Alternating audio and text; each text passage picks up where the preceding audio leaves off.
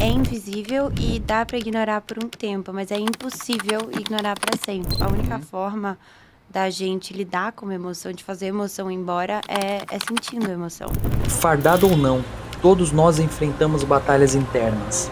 Neste episódio, vamos falar sobre a missão mais difícil: olhar para si mesmo, assumir as suas vulnerabilidades e vivenciar todas as suas emoções. Recebemos a psicóloga clínica Fernanda Esteves, formada e mestra pela Universidade de Chicago, que volta ao Brasil trazendo evidências científicas atuais e técnicas fundamentais para fortalecer a sua saúde emocional, como regular as emoções e desenvolver tolerância ao mal-estar. Assim como treinamos o corpo na academia, venha com a gente nessa jornada de autoconhecimento e resiliência. Brasil na escuta, sua saúde é prioridade. É muito importante não ficar sozinho com esse tipo de sentimento. Assim, muitas pessoas têm a crença de que sentir essas emoções ruins e de que pedir ajuda é um sinal de fraqueza, né? Nossa biologia não foi feita pra gente lidar com as coisas sozinhas. É se permitir sentir, ao invés de tentar reprimir. Se você tá tolerando o mal-estar demais, na verdade você não tá tolerando o mal-estar, você tá se esquivando das suas emoções, assim. E é insustentável. Isso vai acabar explodindo numa briga, ou seja, em sintomas físicos. Então, se permitir sentir todas as emoções, sabendo que elas são transitórias e que a única forma de fazê-las passar é sentindo. Brasil na escuta, começa agora. Fala, tropa, seja bem-vindo a mais um episódio do Brasil na Escuta, um espaço reservado para olhar atento à saúde mental e ao bem-estar. E hoje, mais um episódio muito especial. A gente da divisão, a gente está dedicado em trazer um conteúdo esclarecedor, informativo, que quebre paradigmas. E hoje aqui a gente conta com a presença da psicóloga clínica Fernanda Esteves. Ela fez faculdade de psicologia em Atlanta e o mestrado na Universidade de Chicago, tudo nos Estados Unidos. Então, vai ser muito interessante. Seja bem-vinda, Fê. Obrigada. Eu tô super ansioso porque o tema acho que é muito atual. A gente vai falar sobre emoções, sobre tolerância ao mal-estar, né? Então, tô cheio de curiosidade aqui. E pra gente começar, Fê, tem como a gente medir, avaliar a saúde emocional? Com certeza, assim como a saúde física, o corpo vai dando sinais de que a gente não tá bem, assim. Até quando a gente, na nossa cabeça, não identifica, não reconhece que a gente não tá bem emocionalmente, isso acaba refletindo no corpo. Então, é muito comum, eu acho que, assim, desde que eu comecei a atender, desde a época de estágio, assim, só a cada 3 meses parece que chega um paciente na clínica que veio encaminhado por um médico, trazendo queixas de sintomas físicos. Então, taquicardia, insônia, tensão muscular, bruxismo.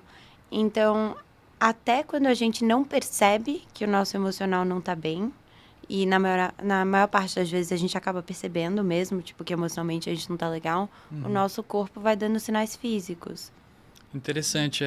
Isso é o que chama de psicossomático, essa questão do emocional impactar no físico? Exato, exatamente. Eu tava até lembrando, assim, por acaso, que, assim, eu tenho um hobby de jogar basquete, né, com os amigos, uma vez por semana, quando dá. Eu tava lembrando que, uma das últimas vezes que a gente foi jogar, teve um amigo nosso, ele chegou e tava com a mão toda rasgada, assim, ele tinha caído, enfim, vacilou. Ele tava com a mão toda rasgada, e aí, todo mundo viu, assim, pô, você vai jogar assim, vai machucar mais, tava tudo aberto, assim, sangrando. E eu percebi isso, eu fiquei pensando, isso é uma forma da gente estar avaliando a saúde física dele, né? Assim, um alerta, pô, as pessoas se preocupam, se interagindo. E quando é emocional, a gente não vê, né? Uma coisa invisível, assim. Então, como que a gente vai perceber? Porque às vezes a pessoa, ela pode estar com um sorriso no rosto, né? A gente sabe, na clínica a gente vê, a pessoa parece estar muito bem, com a simpatia pura, só que internamente ela não está bem. Então é muito mais complexo, assim, avaliar, né? Como que as pessoas conseguem avaliar e a própria pessoa que sente perceber que ela não está bem, né? É invisível e dá para ignorar por um tempo, mas é impossível ignorar para sempre, sabe? A única forma da gente lidar com uma emoção, de fazer a emoção ir embora, é sentindo a emoção. Então, é se permitindo chorar, é se permitindo ficar mal, é se permitindo sentir raiva. Interessante. Se permitindo sentir até aquelas emoções um pouco mais feias, um pouco mais polêmicas, sabe? Tipo, ciúmes, inveja, Sim. vergonha, culpa. Tá tudo bem sentir. Tá tudo bem. Inclusive, todos os seres humanos sentem essas emoções. E então, assim, a pessoa que ela é emotiva, que é mais sensível até, isso é um sinal, é preocupante? Esse é um mau sinal ou não? Assim, ser emotivo é uma coisa ruim? Não necessariamente, assim. Eu acho que todas as características, se a gente olhar bem, dá pra ver ela como uma vantagem, tipo, como uma qualidade, e também como uma desvantagem, né? Um defeito. Então, tipo, uma pessoa muito sensível, se ela conseguir canalizar essa sensibilidade, ela pode acabar tendo muito sucesso, por exemplo, como psicólogo, né? Eu acho que para ser psicólogo, acho que você, enfim, do que eu te conheço, você também é uma pessoa mais sensível. Eu sou Sim. uma pessoa mais sensível. Sim. Assim, acho que é impossível estar nessa profissão e não ser. E outras áreas da saúde também, tipo, se você está numa posição em que você está cuidando do outro, ter uma sensibilidade, ser uma pessoa mais sensível te permite perceber melhor o emocional do outro, se conectar melhor com as pessoas. Às vezes, uma sensibilidade também pode se tornar uma motivação muito grande para você fazer uma coisa muito especial, assim. É muito comum ver pessoas que passam por situações muito difíceis, pessoais, tipo, canalizarem isso, assim, e ajudarem pessoas que estão vivendo o que elas já viveram, sabe? Por entender a importância, reconhecer essa dor. Aham. Né? Sim. Então, a emoção, ela pode ser útil até para comunicação, para relacionamentos. Com certeza, assim, eu acho que tem 3 funções, assim, bem interessantes das emoções, né? As emoções, elas são uma forma de comunicação com nós mesmos. Então, tipo, elas dão sinais pra gente de que, poxa, eu gosto disso, eu não gosto disso, isso me faz bem, isso me faz mal. Essa é uma pessoa com quem eu quero passar mais tempo, essa é uma pessoa que eu quero passar menos tempo. Isso quando a gente acessa a emoção. Exato. Quando a gente se permite sentir, quando a gente consegue se observar. Elas são uma forma de comunicação com o outro.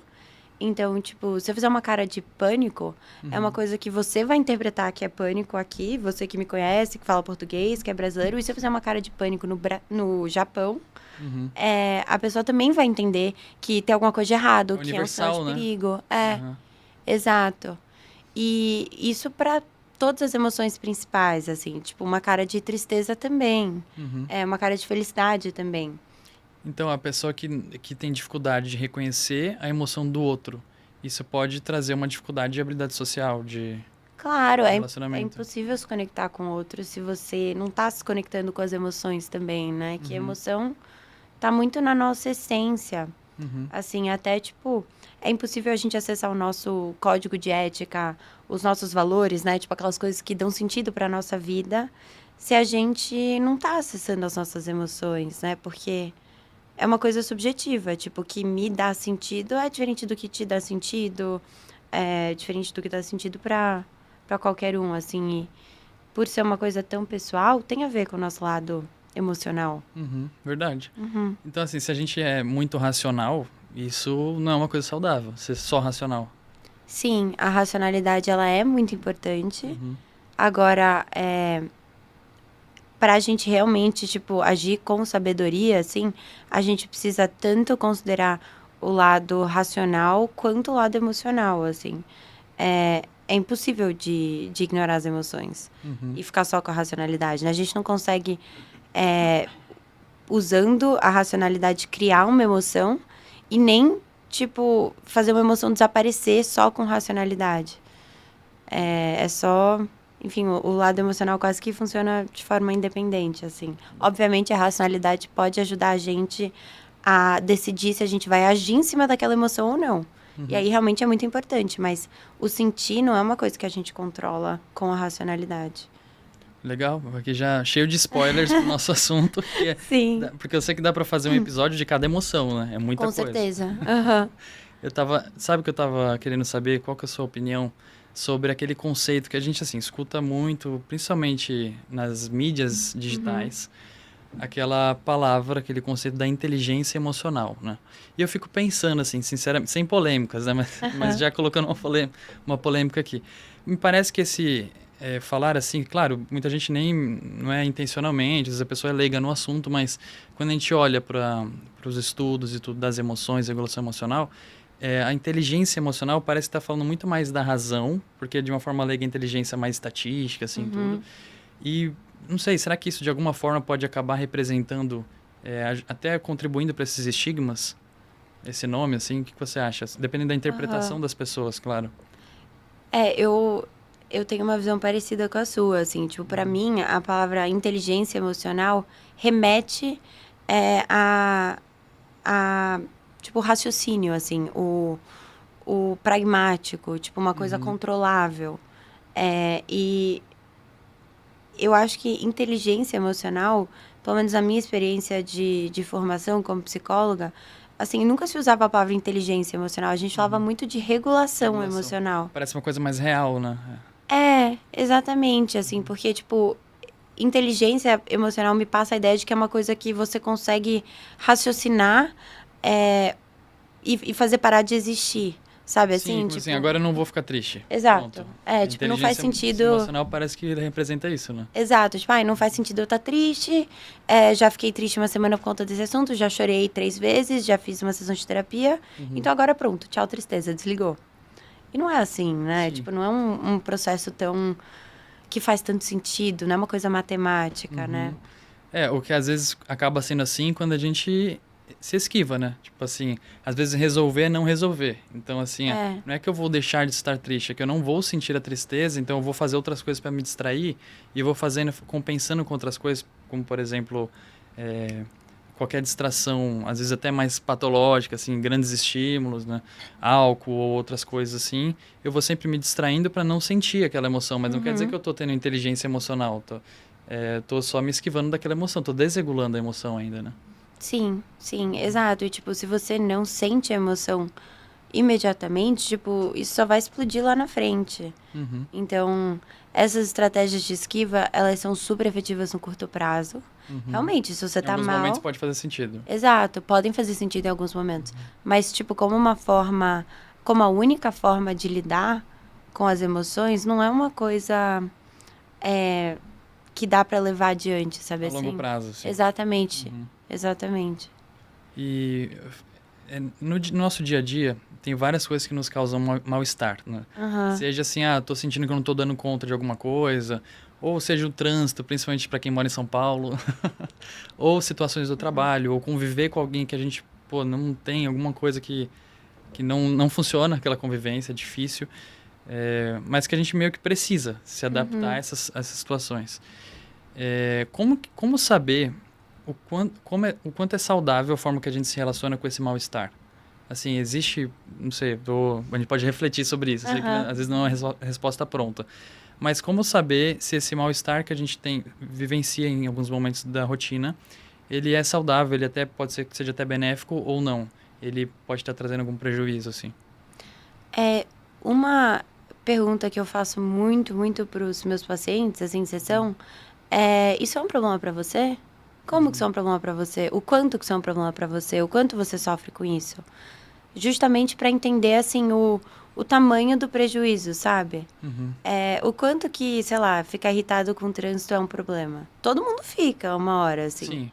Que é inevitável, né? Exato, é inevitável, assim. Agora, isso é uma coisa que te incomoda todos os dias? 7 dias por semana? Quantos dias por semana isso te incomoda? Por quantas horas no dia você acha que mais ou menos você pensa nisso? Tentar realmente, tipo, observar o efeito que aquilo tá tendo na sua vida. Um sinal até de saúde física é o quanto a gente consegue, o quão rápido a gente consegue voltar pro nosso estado, tipo, normal, assim, o nosso estado base. Então, por exemplo, se você tá com uma lesão e aí você tá voltando ao esporte, daí o quão grande é o seu pico de dor e o quão rápido você volta pro nível base é uma medida de quão bem você tá. Então, sentir um pouco de dor é normal. Isso se aplica totalmente para as emoções também, assim. A desregulação emocional pode ser medida, tipo, com o quão grande é o sofrimento por conta daquilo e o quão rápido você volta pro normal. Então, pegando o exemplo do trânsito, se você se irrita muito, tipo, você vai... Sei lá, tem vários níveis de raiva, né? Tipo, existe Sim. você ficar um pouco irritado, você ficar com... A geração atual fala com um pouco de bode, né? Um pouco de ranço. Existe você ficar com muita raiva, existe você ficar, tipo, com ira. Então, qual que é o tamanho da raiva que você sente no trânsito? O que essa raiva te dá vontade de fazer e o que você realmente faz? A raiva é uma emoção que ela dá uma sensação agressiva em todo mundo, sabe? Mas você age em cima disso? Você consegue controlar a forma como você... O que você faz com essa raiva? E aí, quanto tempo demora... Só, você chegou em casa depois de pegar um trânsito intenso do trabalho para casa. E aí, quanto tempo demora para você esquecer a raiva que você sentiu nesse trajeto, sabe? Por exemplo, se eu chego em casa, assim, de um trânsito estressante, e aí por conta disso eu não vou treinar porque eu já tô sem energia, eu quero fazer qualquer outra coisa que não seja produtiva, que seja... Isso pode ser um sinal de que não tá fazendo tão bem, não passou esse mal-estar ficou. Exato. Atrapalha até o sono, aí chega de noite e eu não vou dormir bem, por exemplo. Essa é outra forma muito boa de medir, assim, a sua saúde emocional. Tipo, se as suas emoções estão te impedindo de fazer coisas que são importantes para você no seu dia a dia. Então, como você falou, o sono, se está te impedindo de treinar, se está te impedindo de se conectar ali com as pessoas da sua família, porque você está ainda com aquela raiva do trânsito. E a gente falando disso, eu pensei aqui, os estigmas, que a gente sabe que tem muitos estigmas, né? Nesse assunto, inclusive, né? Sim. Tem muita gente que vai pensar que, pô, isso daí nada a ver, é só ele treinar que resolve. Né? Ainda que tenha tanta informação hoje em dia sobre tudo isso, né? Os estigmas, eles atrapalham a busca por ajuda? Você percebe isso na sua experiência clínica, assim, na sua clínica? Os estigmas, de alguma forma, atrapalhando a ajuda? Muito, Nossa. assim, até hoje em dia tem muita gente que tem muita vergonha de fazer terapia. Uma fala que eu escuto muito é tipo, nossa, você deve me achar muito louco. No começo, assim, do trabalho. Não, e às vezes até uns pacientes, assim, que eu tenho de já há um tempo, sabe? Nossa, Fernanda, você deve me achar muito doida. Porque é tão enraizado essa ideia. E primeiro que, assim, eu acho que o termo louco é termo péssimo, porque não existe, né? Assim, o que é... Quem é normal? Exatamente. De perto ninguém ou seja, normal não existe, né? Sim. E eu vejo muitos pais também se sentindo muito culpados de ter que buscar ajuda para os filhos. Eu trabalho... Como se eles não estivessem cumprindo a função deles, de pai? Exato. Tipo, eu atendo hoje criança, adolescente e adulto. E com as crianças e os adolescentes, eu preciso ter contato com os pais, né? Pelo paciente ser menor de idade. Então, essa semana mesmo, assim, eu escutei de mais de uma mãe falando, tipo, ai, nossa, eu não consigo dar conta disso. Sabe, elas se sentem culpadas e os pais se sentem culpados também, né? De não estarem conseguindo resolver as questões emocionais dos filhos. E aí eu sempre trago a fala, tipo, se o seu filho tivesse com uma virose, você iria se sentir culpado de levar ele no pediatra? Perfeito. Não, assim, levar no pediatra é a sua responsabilidade como Normal, pai. né? Você dar conta levar no pediatra. Eu pensei aqui deixar a criança em um esporte, por exemplo, fazer academia, fazer, sei lá, natação, que eu não atendo criança, tá? Mas isso também ninguém tem vergonha de fazer isso, né? De levar a criança para uma atividade física. Porque o cuidado com o corpo é muito normal, assim. Sim. Mas o cuidado emocional, da saúde mental, a gente ainda está construindo isso, né? Com certeza. Tipo, nenhum pai vai virar e falar, nossa, eu me sinto muito culpado porque eu tive que colocar meu filho na aula de natação porque eu não dei conta de ensinar ele a nadar. Exato. Não. O normal, mas o mais aceito é você... Acho que a maioria das pessoas que sabem nadar não foram os pais que ensinaram, sabe? Sim. E assim como até é legal a gente compartilhar isso, né? Que na terapia, assim, parte da terapia também existe esse trabalho de... É como se fosse um treino, assim, assim, a gente também tem muitas coisas para aprender nesse lugar, né, na terapia. Principalmente porque a gente não vê esse assunto na escola. Não tem aula de saúde mental. Né? Sim. Talvez um dia tenha, porque realmente a gente cresce com muitos estigmas. Isso não vai só do ambiente familiar, né? É uma coisa cultural, assim.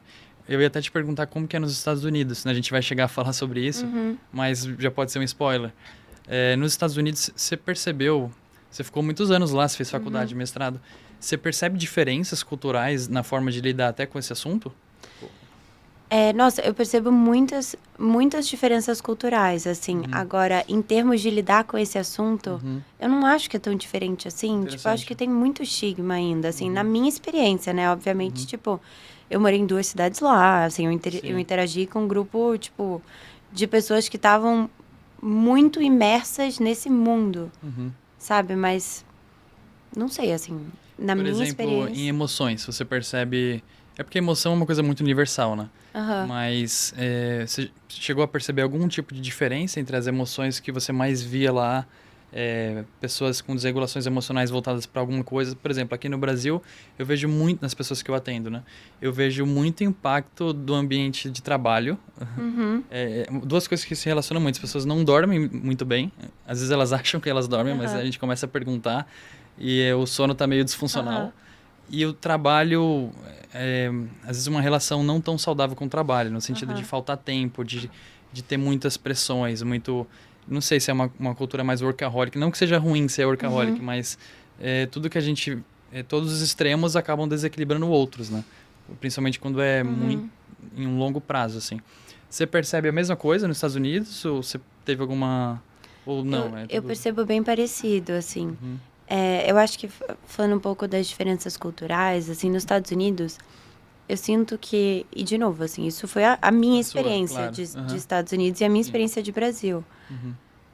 Mas eu percebo muito que as pessoas lá são muito diretas, os americanos, assim. Tipo, por exemplo, para um americano é super razoável falar sobre salário. Tipo, eu ganho tanto por mês. Quanto que você ganha? Assim, já no Brasil falando isso. Exato, e, tipo, já no Brasil é um super tabu, assim. Sim. E aí, ao mesmo tempo, assim, eles são mega diretos e muito, tipo, racionais, assim, com algumas coisas. E, ao mesmo tempo, eles têm uma dificuldade de se conectar, parece. Ou não, eu vejo como uma dificuldade, porque eu sou brasileira, né? Claro. Mas, assim, uma forma de se conectar diferente, talvez. É uma diferença, assim. Parece que a gente, assim, no Brasil a gente a gente abraça, a gente tem uma intimidade, um afeto mais sensível, assim.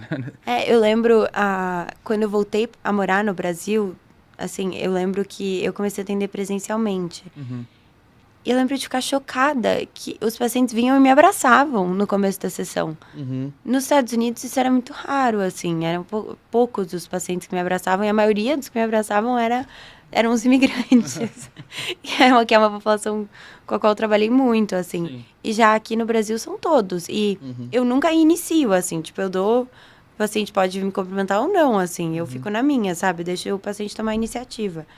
E isso é muito marcante, assim. Eu acho muito curioso isso, porque se a gente for parar pra pensar, a gente tá falando no nível país, né? Mas se a gente for reduzir e falar nível, sei lá, colégio, nível bairro, nível... Cada realidade tem os seus costumes, as suas normalidades, assim, né? A sua cultura. Então, quando a gente fala de habilidades sociais, da gente se relacionar bem com os outros, é importante que a gente conheça aquela cultura, né? O que é adequado em cada ambiente. Então, por exemplo, aqui no Brasil é muito adequado. A gente cumprimenta, dá um abraço, Sim. a gente mais assim... Talvez em outras culturas, como você colocou um pouco por cima, assim, nos Estados Unidos, às vezes fazer isso pode soar meio... Meu, calma aí, eu nem te conheço. Sim, e nos Estados Unidos é muito engraçado, porque acho que explicando para o nosso público, né, que não é um público de psicólogos, mas os psicólogos, especialmente no começo de carreira, a gente faz supervisão, né?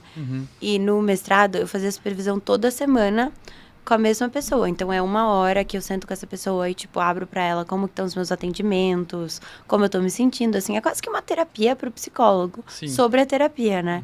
Então, assim, é uma conexão super íntima. E era uma americana que fazia a minha supervisão, né? E, tipo, americana nascida e criada nos Estados Unidos. E era online.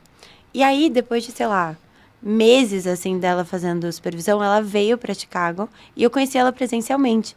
E eu lembro que ela me perguntou, tipo, eu posso te dar um abraço? E pra mim era, tipo, óbvio, sabe? Assim, eu abro meu coração pra você toda semana. Sim, Como que você não vai me dar um abraço, sabe? E já no Brasil, é o que você falou, o normal é, tipo, chega um psicólogo novo pra trabalhar na clínica, ele vai lá e cumprimenta todos os outros psicólogos, sabe? Cumprimenta com um beijinho, com um abraço. Assim, o mais frio é, tipo, um aperto de mão, pelo menos a minha experiência é raro. Por isso que eu acho interessante que, assim, você fez a faculdade e o mestrado lá. Aham. Só que você é brasileira. Então, Sim. eu acho que você, como brasileira, conhecendo nossa cultura, nossa realidade, tudo, adquirindo conhecimento lá, porque lá é muita coisa produzida realmente primeiro lá, né? Assim, tipo, Sim. faz parte, né?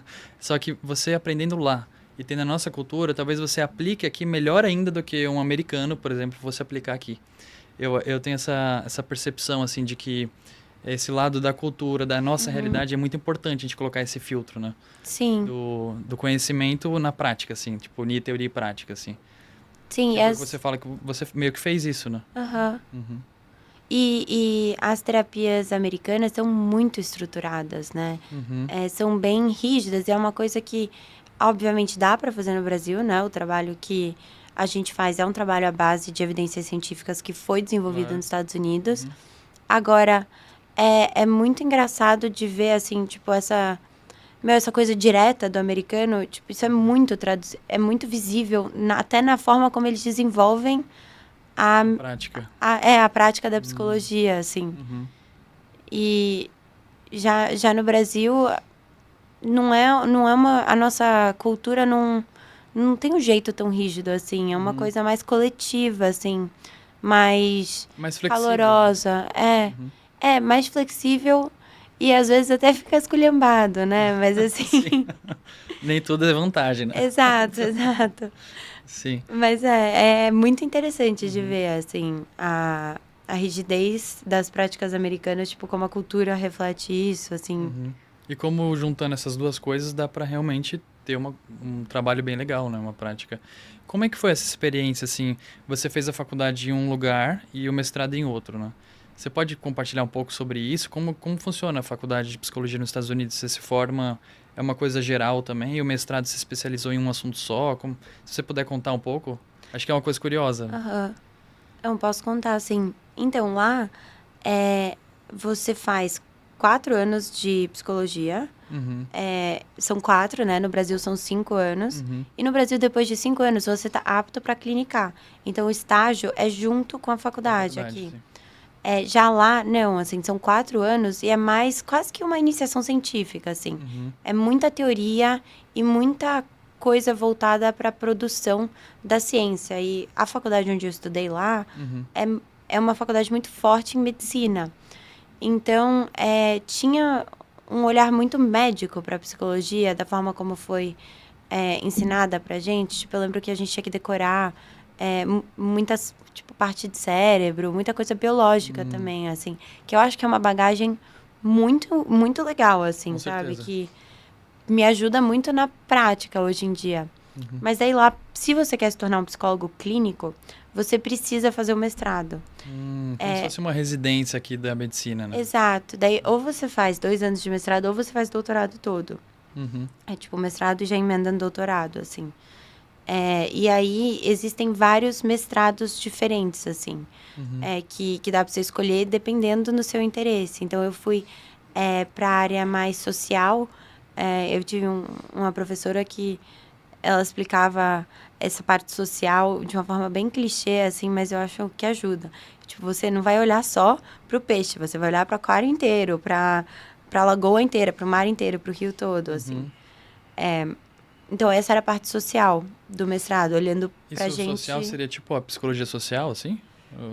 Tipo, a psicologia social e também a assistência social. Entendi. Agora entendi. É mais uma pegada assistência social, eu acho, do que psicologia social.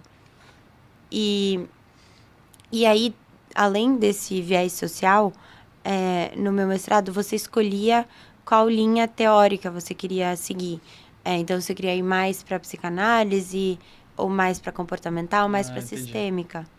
E aí, o meu foco foi nas terapias contextuais comportamentais. A gente gosta. A gente gosta. Eu acho que seria muito legal você compartilhar um pouco sobre a terapias contextuais comportamentais, né? Que chama até de terceira onda. Isso. O que significa isso? Assim, o que é essa abordagem? É uma evolução da terapia comportamental? Ela implementa mais de uma visão? Você pode falar, assim, pensando em pessoas que não necessariamente são profissionais da saúde, né? Mas que possam conhecer essa prática também.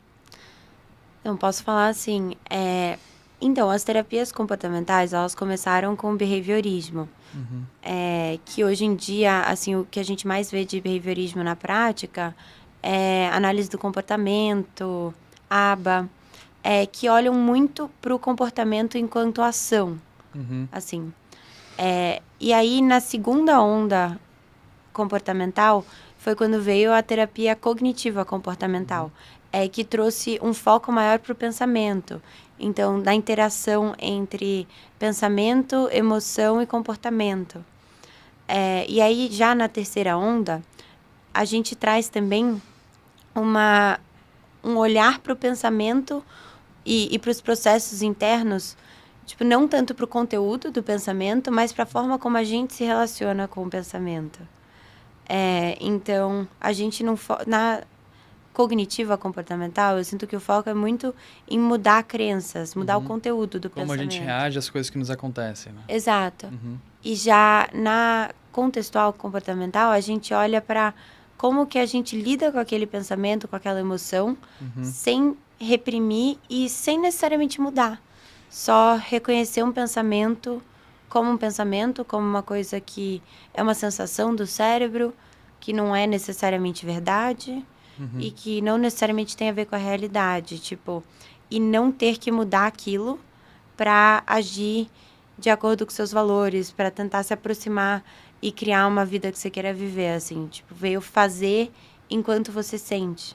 Por isso eu acho que eu foquei tanto no falando sobre como reconhecer, assim, quais que são os sinais de que você está emocionalmente bem, essa coisa da funcionalidade, né?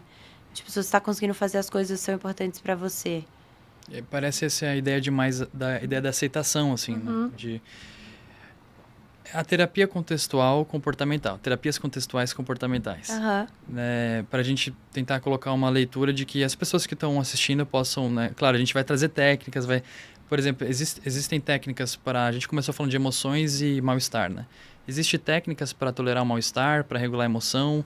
Em algum momento do episódio a gente pode falar um pouco sobre essas técnicas? Você acha que dá para ensinar, assim, alguma coisa?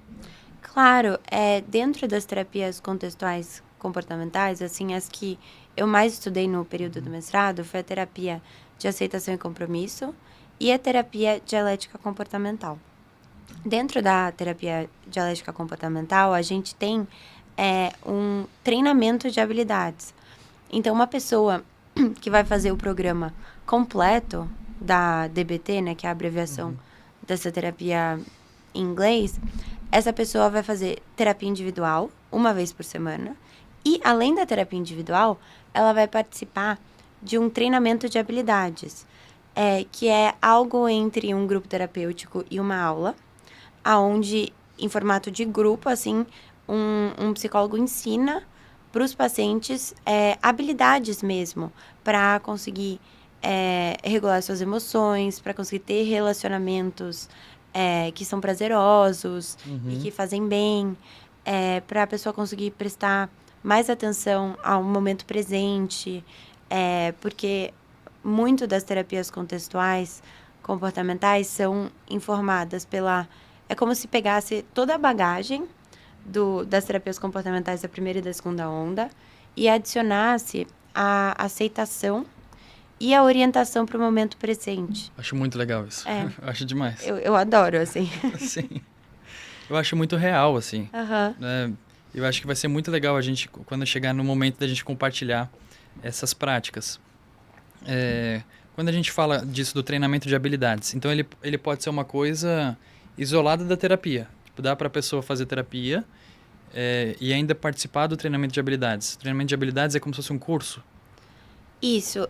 Assim, não é bem um curso... É um treinamento de habilidades. Eu acho que não existe nada como... nada como ele. Mas é uma assim. coisa que tem início, meio e fim? É uma coisa que tem começo, meio e fim. Em que o objetivo do fim é desenvolver habilidades emocionais. Isso. Tem 4 módulos no treinamento de habilidades. Tem o módulo de mindfulness, que em português é a atenção plena, onde o paciente aprende a focar no momento presente, desenvolve habilidades de concentração, de realmente ver a realidade como ela é, assim, conseguir separar o que que é interpretação e o que é, de fato, assim, a realidade. Porque muitas vezes o sofrimento humano é causado pela nossa interpretação da realidade, pela nossa antecipação de um futuro que nem aconteceu ainda, ou então por a gente estar remoendo um passado que já passou, que a gente não consegue mudar. Então esse São coisas foco... que a gente cria, né? Problemas que a gente cria mesmo. Exato. Distorcendo a realidade e trazendo sofrimento. Aham. Uma das frases mais marcantes da terapia dialética para mim é: o sofrimento humano é causado muitas vezes para a gente estar preso em um passado que a gente não consegue mudar e um futuro que não chegou ainda. Então, por isso, Nossa, foca real. no momento presente.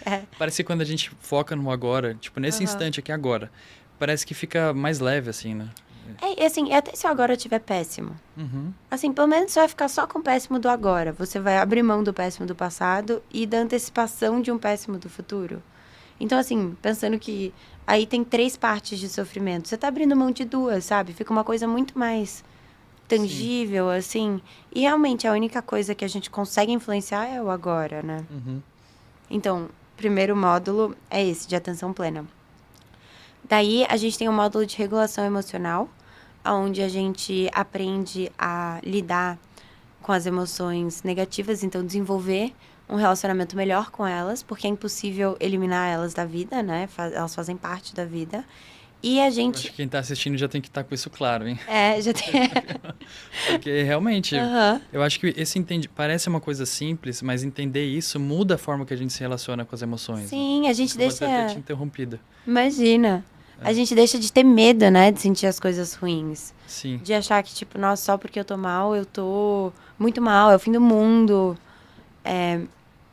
E, obviamente, nesse módulo a gente também fala sobre como ter mais emoções positivas. Nesse módulo de regulação emocional, é ensinado também, por exemplo, regular a ansiedade ou um ataque de pânico. A pessoa que participa desse treinamento, e vamos supor que ela vivencia esses sintomas, assim. Sei que a ansiedade ela é um guarda-chuva que tem várias hastes, né?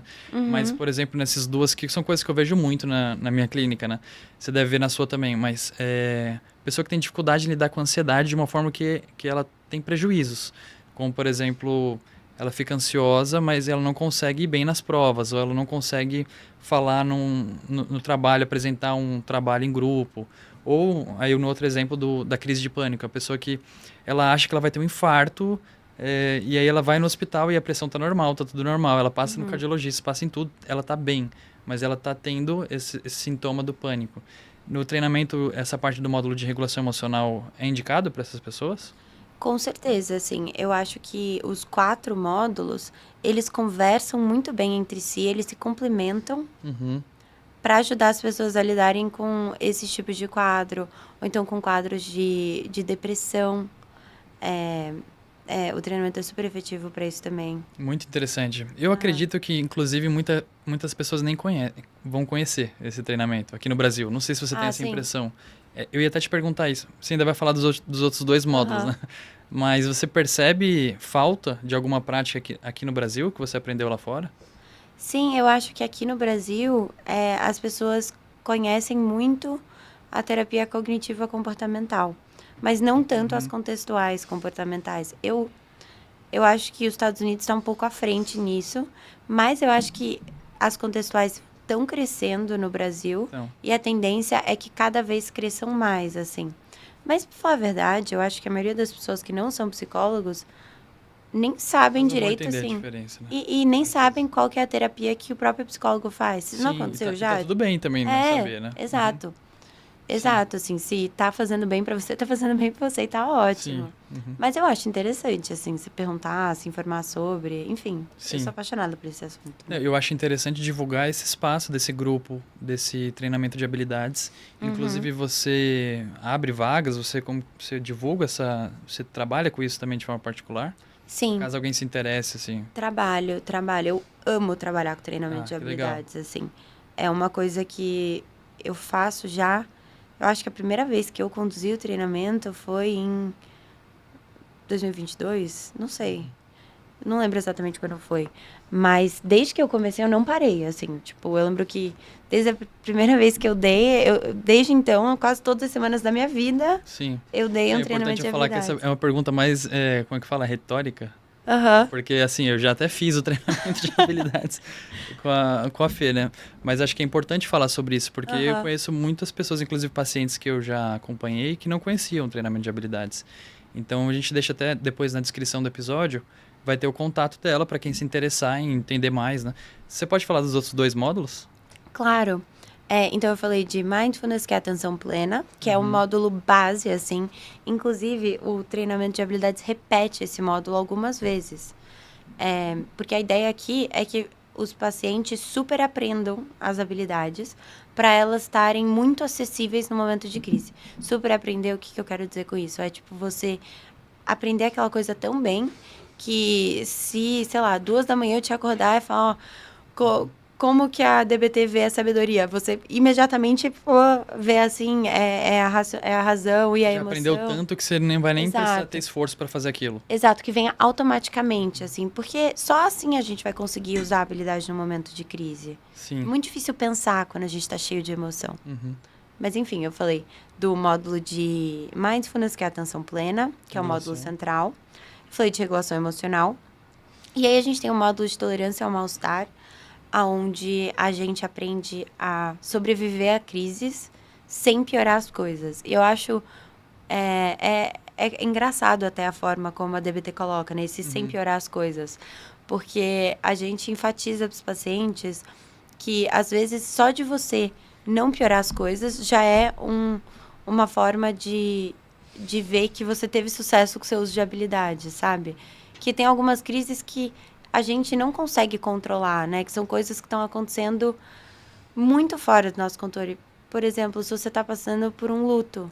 Uhum. Um luto, não tem como você resolver o luto. Você vai ter que só sobreviver àquilo. Sim. Sem piorar outras partes da sua vida, sabe? Sem deixar de fazer aquelas coisas que são importantes para você. E aí, em Tolerância ao Mal-Estar, a gente também fala sobre como solucionar crises que são solucionáveis. E fazer a distinção importante, né? Sobre o que está no nosso controle e o que não está. Uhum. Sabe uma comparação que eu achei legal? Aham. Que parte do nosso público é militar também, né? Aham.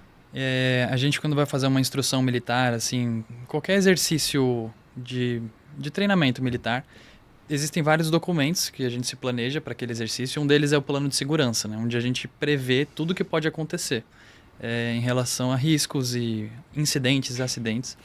E uma das coisas que, assim, que quando acontece um acidente, por exemplo, a gente até prevê isso, uma das primeiras medidas após um determinado acidente é tomar medidas que não elevam outros acidentes. Então, por exemplo, um acidente com uma viatura. A primeira medida vai ser resolver aquele conflito, sinalizar, por exemplo, para um outro veículo não atingir aquela viatura. Um exemplo bem por cima, né? Então, acho que você falou das emoções, é um pouco parecido, né? Essa questão do evitar novos problemas, né? Esse tolerar o mal-estar, eu fiquei pensando nisso, assim, de um sentido emocional. A gente tomar atitudes ou ações que não vão piorar. Num exemplo de um conflito, não, de um acidente, por exemplo, de instrução, alguma coisa assim, a primeira iniciativa é essa, a gente tomar ações que não vão trazer outros problemas. Porque, às vezes, um acidente, ele pode gerar vários outros, se a gente não fizer essa medida, né? Então, acho que para emoções, não sei se você pegou essa assim. Eu peguei, Pode eu ser um peguei. pouco parecido, sim. né? Sim, e legal você trazer essa comparação, tipo, usando uma coisa que é comum no mundo militar, né? Que é uma coisa que eu tenho zero propriedade para falar, assim, entendo zero do assunto. Então, legal você fazer essa tradução. Sim, e eu acho que esse é um assunto muito legal, assim, para qualquer um, porque independente de ser militar, civil, qualquer profissão, engenheiro, todo mundo vai vivenciar essas coisas, né? Todo mundo vai vivenciar esses problemas de dificuldade, lutos, todo mundo vai vivenciar o luto. Então, eu acho que o nosso assunto aqui ele é útil para todo mundo. Inclusive, na DBT tem um foco muito grande nos terapeutas se tratarem. Então, por exemplo, para você dar o treinamento de habilidades, primeiro você precisa fazer ele. Então, todas as habilidades que eu ensino, eu já tive que colocá-las em prática. Então, todos os deveres de casa eu já fiz. E E para além da obrigação também, né, de tipo, do treinamento mesmo, do treinamento como profissional, são habilidades que eu uso no meu dia a dia para cuidar de mim, assim, eu acho que são extremamente úteis. Eu sempre falo para os pacientes que toda vez que eu dou um treinamento de habilidades, eu aprendo muito com a vivência que eles têm das habilidades, assim, traz reflexões para minha vida, assim. E Eu ia até te perguntar isso. Você já respondeu. Já fui direto para isso. Faltou um módulo só, né? Isso, então, eu falei de mindfulness, que é atenção plena, regulação emocional, tolerância ao mal-estar. E o último é efetividade interpessoal, que é um nome mega complexo para falar sobre como cuidar dos nossos relacionamentos. Então, como pedir coisas de uma forma efetiva, como dizer não de uma forma efetiva, como se relacionar com as outras pessoas, né? Como fazer o acolhimento emocional tanto dos outros quanto de você mesmo. E como achar, tipo, um meio do caminho, assim, entre o que a outra pessoa quer e o que você quer, sabe? Até como discordar do outro, né? Eu lembro Sim. de uma parte lá que você ensinou. Sim. Isso é muito interessante, porque a gente meio que precisa fazer isso o tempo inteiro, né? Pra se relacionar. Com certeza. E é impossível a gente transitar no mundo sem se relacionar com as outras pessoas, né? O ser humano é um bicho muito social. E os nossos relacionamentos são as coisas que mais afetam a nossa regulação emocional. Sim. Então, tem um módulo inteiro dedicado a cuidar dos relacionamentos. Eu acho que falar de emoção, assim, de regulação emocional e relacionamentos é uma coisa que interage muito, né? Inclusive, assim, se a gente for colocar homens, né? Querendo ou não, o maior número de militares são homens. E é comum, assim, às vezes não ter muito espaço de falar sobre esses assuntos, assim, de emoções, de, como você está se sentindo. É comum, às vezes, porque às vezes não é nem por um preconceito, às vezes é por um costume. Costume a gente geralmente se encontra para, sei lá, jogar futebol, para fazer várias coisas, fazer muitas coisas. E é até curioso, assim, até compartilhar, eu tenho um grupo de amigos que é até do exército, né? E a gente faz, assim, um encontro no mês, que a gente vai tomar um café da manhã junto, assim, na padaria. E é muito interessante, assim, quando a gente começou a fazer isso, eu comecei a conhecer melhor eles. Porque até então, assim, a gente se vê em eventos, em coisas assim, e as conversas são muito superficiais, assim, no sentido, né? E quando a gente tem esses momentos, assim, parece que... A gente tá falando de relacionamentos, né? Parece que a gente conhece melhor o outro. Quando a gente fica mais sensível a falar dessas coisas, assim, tira esses estigmas, né? Sim. E eu acho que a gente pode até falar um pouco agora da regulação emocional. Eu sei que a gente deu uns spoilers lá no começo, mas qual que é o papel de uma emoção? Será que a gente pode, pensei assim, explicar um pouco as funções de uma emoção? Sim, eu até comecei a falar disso no começo, né? Que as emoções, elas têm 3 funções, né? Sim. A comunicação de nós com nós mesmos, a comunicação nossa com o outro e a preparar a gente para a ação. Então, cada emoção, ela faz a gente ter vontade de fazer alguma coisa. Seja, tipo, a tristeza é uma emoção que faz a gente ficar um pouco mais retraído, um pouco mais reflexivo, dá vontade de chorar muitas vezes. A raiva motiva a gente pra ação, assim, então dá vontade da gente fazer alguma coisa. Não sei se você já teve experiência de, tipo, você tá meio cansado, meio distraído, e acontece alguma coisa que te deixa com raiva. Up, assim, né? Você desperta. Exato. Com certeza. Isso pode ser adaptativo em muitos momentos, né? Com certeza, com certeza. Sabendo canalizar, assim, pode ser uma coisa muito positiva. O medo coloca a gente, normalmente, na posição de fugir. A felicidade faz a gente se aproximar, a mensagem, tipo, eu quero mais disso. Como que eu faço para prolongar isso, para ter mais disso? Sim, cada emoção tem uma função.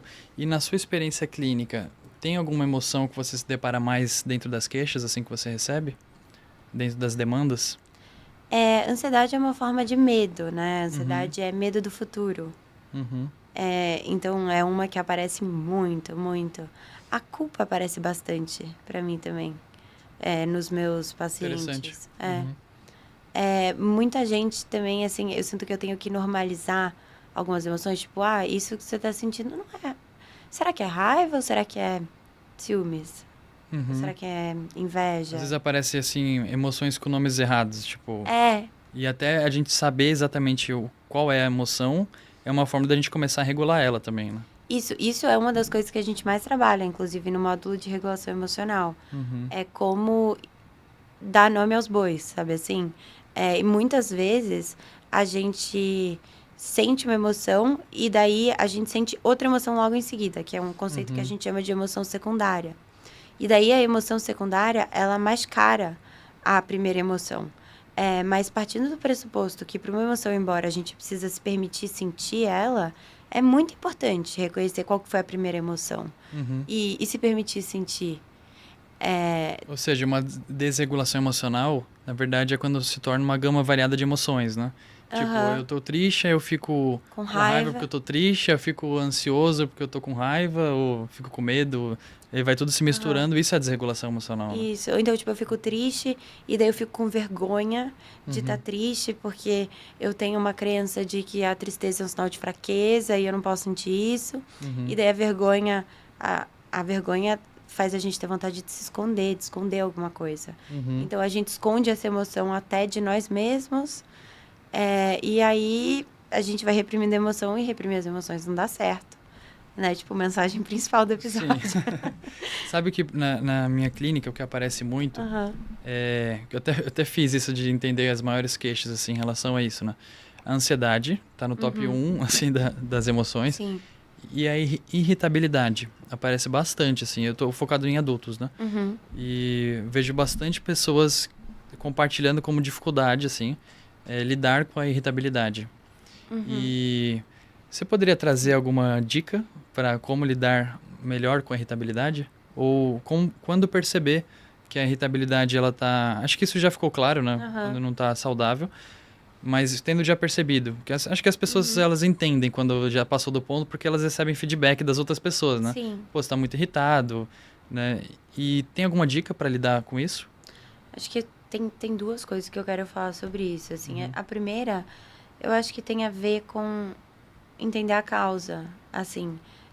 Será que eu tô realmente muito irritado com o trânsito ou será que tem alguma outra coisa na minha vida que tá me incomodando, mas só que é mais fácil eu ficar irritado com o trânsito, porque na verdade, se eu fosse ficar irritado com essa coisa mesmo, seria muito difícil de resolver. Tipo, vamos supor, cara, o problema é o casamento, mas, poxa, se eu reconhecer que eu tô chateada com o meu casamento, eu vou ter que desmanchar meu casamento, uma terapia de casal, isso vai dar muito trabalho. Vai dar trabalho, vou ter que falar sobre o que eu sinto pra pessoa.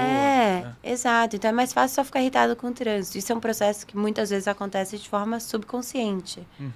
Então, entender de onde que tá vindo essa irritabilidade. Ou seja, onde o sintoma pode ser só a pontinha do iceberg, né? Como a gente fala. Exato. Realmente, o problema pode ser mais embaixo. A regulação pode acontecer antes. Não no pico da explosão, né? Mas antes. Sim. E aí, entendendo isso, assim, entendendo de onde vem, é insustentável a gente só trabalhar com sintoma, né? A gente precisa trabalhar com a causa. É que nem, tipo, você tá... com uma doença, que um dos sintomas dessa doença física é dor e você só ficar tomando Novalgina. Tipo, a Novalgina mascara o sintoma, ela não cuida da causa. Então, a gente precisa cuidar da causa. E aí, então, primeiro, assim, eu trouxe aqui o remédio, né, da causa. E aí, para cuidar do sintoma... Primeiro, identificar a causa, né? Exato. Tentar fazer essa reflexão de assim, ter um momento para refletir sobre, peraí, eu tô muito irritado. Isso é para você que tá muito irritado. Todos nós ficamos muito irritados em algum momento, né? Mas para quem percebe que isso tem sido um problema mesmo. Então, parar para refletir em algum momento, assim. O que de fato tá te deixando irritado, né? Será que esses motivos que você tem se irritado, seja no trabalho, na rotina, em casa, com qualquer pessoa, tem sido outra causa? Será que tem outra origem? Será que tem uma coisa que você tem tampado a cicatriz, mas não olhado para ela, né? Sim, sim. Primeiro passo, então, identificar. Identificar a causa e trabalhar a causa. E isso, num ambiente de terapia, muitas vezes é mais fácil de se fazer. Porque quando você está falando com um psicólogo, você está falando com uma pessoa que tem um sigilo. Então, ela não vai falar para outras pessoas aquilo que você está trazendo para ela. e com uma pessoa com a qual você não precisa se preocupar com o que o seu psicólogo está sentindo. Você não precisa ficar cuidando do seu psicólogo durante a sessão. Muitas vezes, quando a gente, por exemplo, está tendo um problema dentro da família, você vai desabafar com seu irmão, poxa, é uma pessoa que também está vivenciando aquele problema. Uhum, ele tá com viés ali. E não só ele tá com viés, então ele vai dar, tipo, a visão dele, como você também talvez vai ter que cuidar das emoções dele, sabe? Porque talvez falar daquele assunto vai ser uma coisa que também vai ser difícil para ele. Então, falar com um psicólogo tem essa vantagem de não ter cuidado do psicólogo e também é uma pessoa que tá só vendo a sua opinião sobre o assunto, a sua visão, assim. Então, todas as devolutivas que o psicólogo vai te dar é baseado na história que você está construindo. Então, tipo, é uma forma até de você entender melhor a sua própria narrativa. Eu até falo, às vezes, tipo, olha, eu tô te trazendo essa interpretação aqui com base no que você tá me trazendo. Tipo, eu não falei com mais ninguém que tá envolvido nessa situação. Sim. É legal isso, porque muita gente pode nunca nem ter feito terapia, né? E a gente tá falando essas coisas assim pra mostrar um pouco do que se trabalha na terapia. Sim. Uma outra coisa que eu percebo é, assim, a questão da procrastinação. Eu sei que a procrastinação não é uma emoção, né? Me corrige se eu estiver Não é uma errado. emoção. Mas a procrastinação, ela pode ser a consequência de uma desregulação emocional? Com certeza. A procrastinação é uma forma de lidar, né? É uma ação. Uhum. É tipo a esquiva que a gente estava discutindo, tipo, quando a gente começou Sim. a conversar, né? Uhum, que é fugir do... Exato, esquiva é você fugir de alguma coisa. Uhum. E existem várias formas de esquiva. Algumas são, tipo, obviamente, não tão saudáveis, tipo, você se esquivar consumindo muito álcool, por exemplo. Mas tem algumas esquivas que aparentam ser mais saudáveis, tipo, você começar a trabalhar muito para não ter que lidar com alguma questão em casa, na vida pessoal. Você consegue pensar em mais algum tipo de... Sim, não, eu tava pensando também quando a gente não consegue ficar parado. Assim, uma causa, né? Assim, não parado, mas a gente não consegue ficar com tédio. Tipo, a gente não consegue lidar com tédio. Naquele sentido de que, assim, não tenho compromisso agora, não tenho... Eu já posso falar até de mim, às vezes. Por exemplo, eu não tô em horário de atendimento, eu já treinei, eu já fiz tudo que eu tenho pra fazer, mas parece que ficar sem fazer nada dá um incômodo, dá uma... E aí, às vezes, se eu mesmo, quando não me percebo, às vezes eu acabo querendo fazer alguma coisa só pra sentir que eu tô sendo produtivo. E eu percebo muitas pessoas compartilhando isso também. Acho que o estilo de vida atual, ele é um estilo que meio que pressiona a gente a estar sendo sempre produtivo, né? Então isso pode ser uma forma também, né? Com certeza. De esquiva, uma esquiva ao contrário, assim, mais ou menos. Sim, quando você tá bem com você mesmo, com a vida, você consegue ficar sem fazer nada. É saudável ficar sem fazer nada. Tá tudo bem, às vezes, Tá ficar tudo sem bem. fazer. Até é bom, né? Ter esse momento. Traz uma paz. Mas aí, né, a gente falou aqui da importância de entender a causa. Sim. Mas uma coisa que a gente pode fazer pro sintoma da irritabilidade é tudo muito baseado em se observar, né? Tudo das terapias contextuais é muito baseado em você olhar para dentro, olhar para o momento presente. Mas é você perceber que você está começando a ficar irritado e você congelar. Assim, congelar. Tipo aquele jogo de criança, sabe? Estátua. Tipo, tá tocando a música ali, daí pausa a música, você faz uma estátua. Então, você tá na mesa, você vê que o pessoal tá falando de um assunto que é um assunto que te irrita, e você congela. Para de falar, olha para um ponto fixo, assim, que não é a cara de ninguém. Congela, só fica parado. Para quebrar aquele ciclo de emoção-ação, sabe? Então, para quebrar a impulsividade. E aí você vai dar um passo para trás. Isso pode ser um passo para trás literal, assim, tipo, se você está conversando com alguém em pé, você dá um passo para trás, só de colocar um pouquinho de espaço com a pessoa já vai te dar um certo alívio, assim.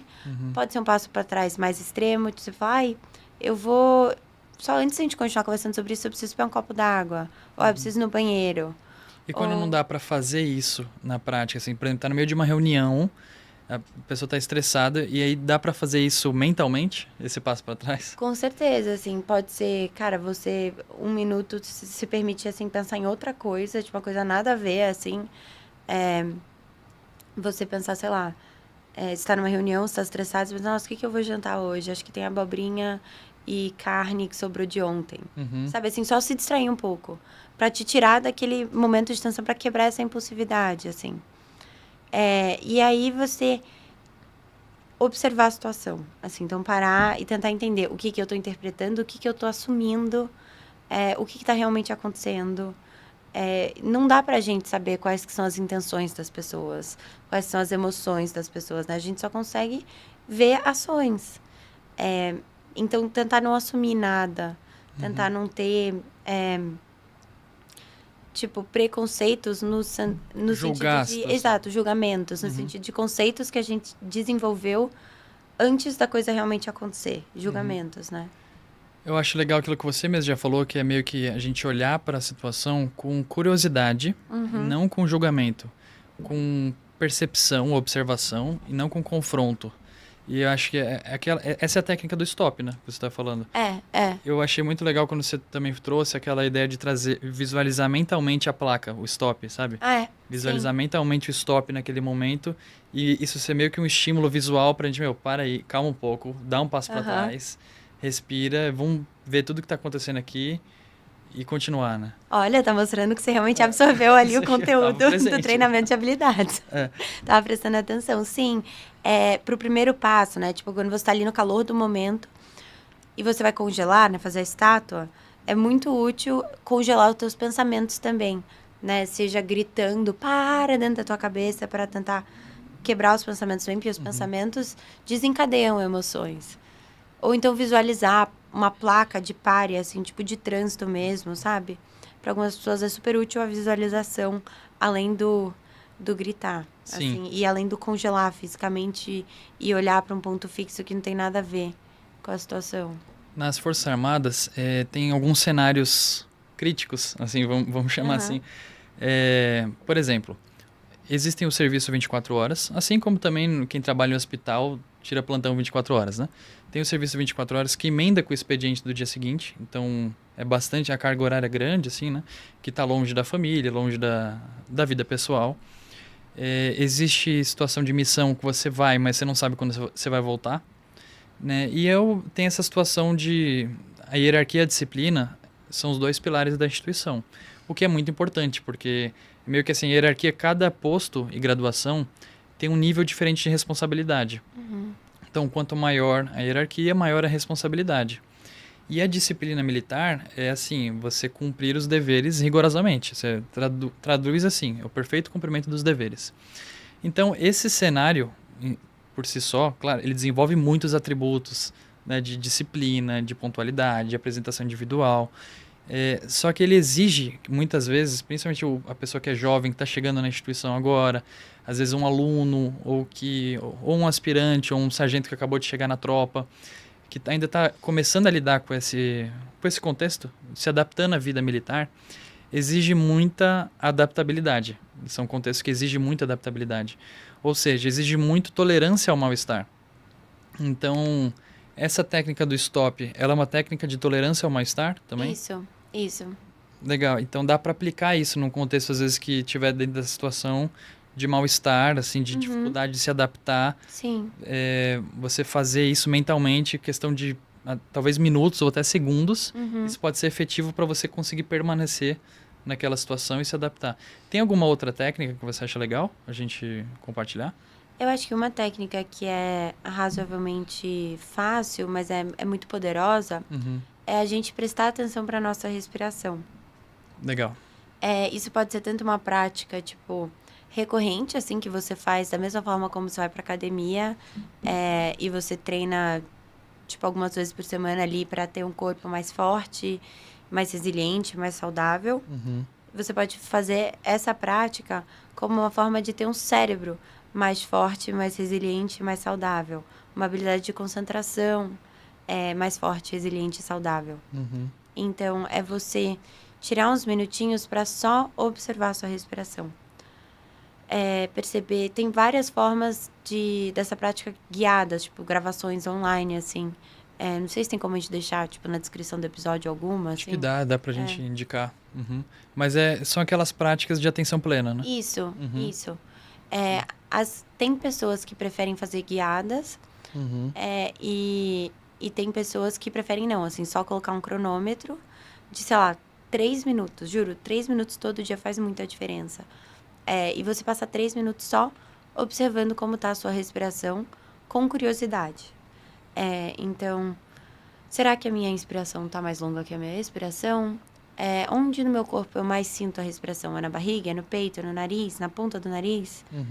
A temperatura do ar entrando e saindo é diferente? Tipo, esse tipo de observação, bem atentando às sensações físicas. Sim. E toda vez que você se distrair, você perceber que você se distraiu e trazer a sua atenção de volta para a respiração. Pode ser que você tenha que fazer isso 50 vezes, pode ser que você tenha que fazer isso 2 vezes, em 3 minutos. E tanto faz, assim. Esse exercício de trazer a sua atenção de volta é o treino da concentração. Então, fazer essa prática de uma forma recorrente, que nem você vai pra academia pro corpo. Pode ser até em casa, assim, não precisa ser... Lógico, lógico. Tipo, eu faço todo dia em casa. Tipo, na minha cama, assim. Então, isso é legal de pontuar. Essa prática, então, a gente aplicar isso no dia a dia, a gente vai estar treinando, a gente pode chamar de resiliência, a gente pode estar desenvolvendo a resiliência, que a tolerância ao mal-estar é uma forma de resiliência, né? Com certeza. Então, isso é uma forma para quem está tendo dificuldade de se adaptar ao mal-estar, de se adaptar a qualquer situação que exige adaptabilidade, né? Aqui tem um recurso, tá com a gente o tempo inteiro a nossa respiração, né? E, de fato, existem evidências científicas que sustentam isso, né? Sim. A Fê compartilhou um pouco disso e ela adquiriu esse conhecimento lá fora. E está na nossa mão, ao nosso alcance. Assim como a gente, quando vai lá no exército, a gente precisa estar fazendo muitas flexões, barras, abdominais. Porque todo ano tem 3 testes físicos, TAF, né? Teste de aptidão física. Então, da mesma forma que a gente treina ali a barra, treina a flexão, treinar essas práticas aqui de respiração e outras que a gente tem compartilhado, é uma forma de treinar a resiliência mental, de treinar a saúde mental, desenvolver a saúde mental também. Achei legal, acho que pontuar isso. Com certeza, assim, e essa coisa da respiração ser uma coisa que tá sempre com a gente é muito interessante, porque num momento de pico de estresse, você pode parar e prestar atenção na tua respiração e você pode fazer isso em qualquer ambiente, né, que é uma coisa invisível. Sim. Inclusive, num momento de muito estresse, pode ser útil tentar deixar a respiração mais lenta. Então, talvez inspirando em 4 segundos e expirando em 8 segundos. Quando a gente expira, a gente ativa parte do nosso sistema nervoso que acalma a gente. Então, deixar a expiração mais lenta é uma forma da gente acalmar o corpo e tentar jogar a respiração mais para a barriga do que para o peito. É uma técnica invisível, assim, deixar a respiração mais lenta e mais na barriga do que no peito. No momento de estresse é super efetivo. Inclusive, para quem tem relógio, tipo desses que medem a frequência cardíaca, Sim. Você vê a diferença, né? O relógio até apitou quando você falou de relógio. Ele ouviu aí. A gente teve até um último episódio, que um coronel das Forças Especiais, assim, ele falou um pouco, eu achei muito legal, porque você vê um militar extremamente operacional, que é muito respeitado dentro do Exército, porque é um curso extremamente difícil, e falando que ele aplica essas práticas de respiração para regular o estresse.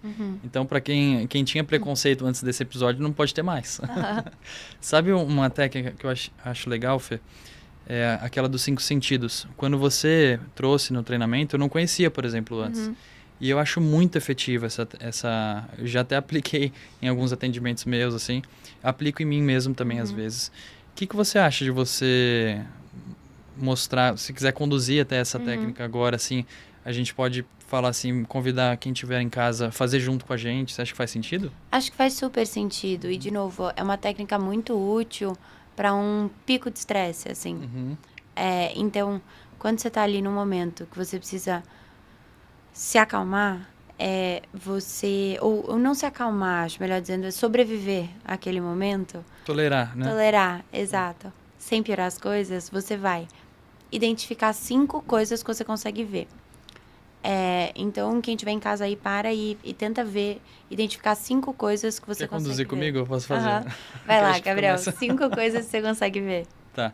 Fecha os olhos? Não, de olho Não, aberto, né? Você precisa ver. Verdade. Tá tudo bem, errar é humano. Tá. Tô vendo o livro, a estante, a câmera, a parede e o tripé. Beleza. Agora, 4 coisas que estão te tocando.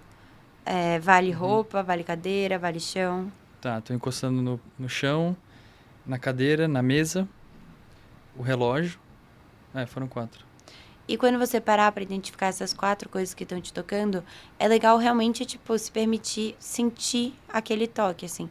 E são coisas que não estão na nossa consciência na maior parte do tempo. Mas realmente parar, como que é a sensação da cadeira te sustentando, do relógio no seu pulso, da roupa esbarrando em você? Isso vai ajudando a gente a voltar para o nosso corpo, a voltar para o momento presente, assim. Fazendo tudo mentalmente, assim, né? Tipo, eu tô vendo as coisas, eu reparo. Vamos supor que eu tô ali numa situação de mal-estar, de extremo estresse. Então eu paro, aí eu reparo em 5 coisas, isso tudo na minha cabeça. Eu tô olhando 1, 2, 3, aí depois eu sinto 4 coisas, me permitindo perceber aquilo, e depois. E qual é o próximo passo? Então, 5 coisas que você tá vendo, 4 coisas que estão te tocando, e aí começa a ficar um pouco mais difícil. 3 sons que você tá ouvindo.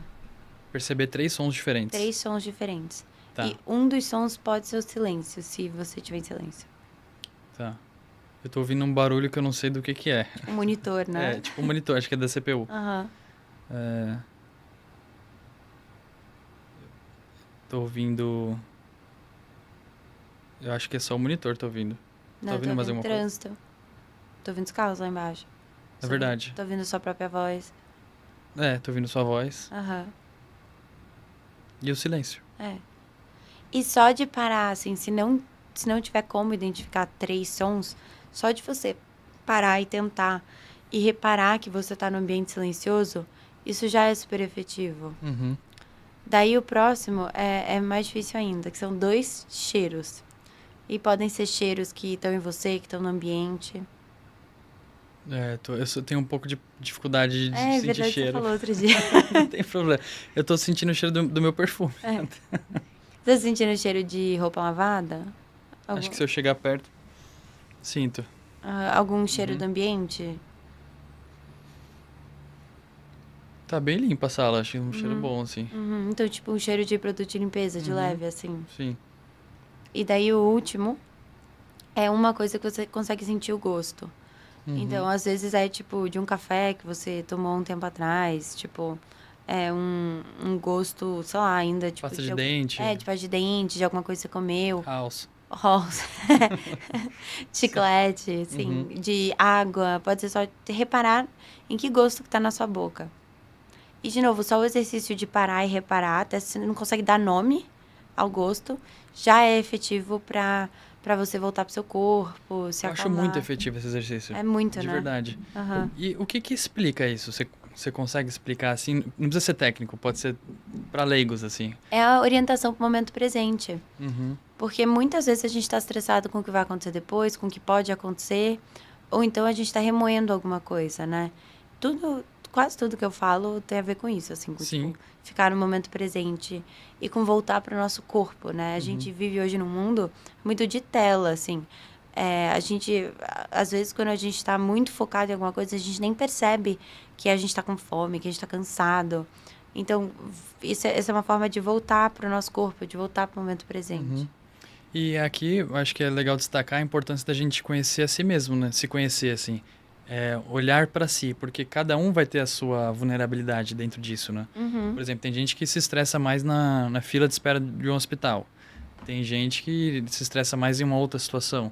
Então, a gente já saber em qual situação a gente vai estar exposto a isso e aplicar essa técnica dos 5 sentidos é muito, muito efetivo. Sim. Às vezes, até antes de dormir, para quem está com uma dificuldade... Por exemplo, uma coisa que eu vejo bastante é a ruminação, né? Excesso de pensamentos. Aquela sensação de...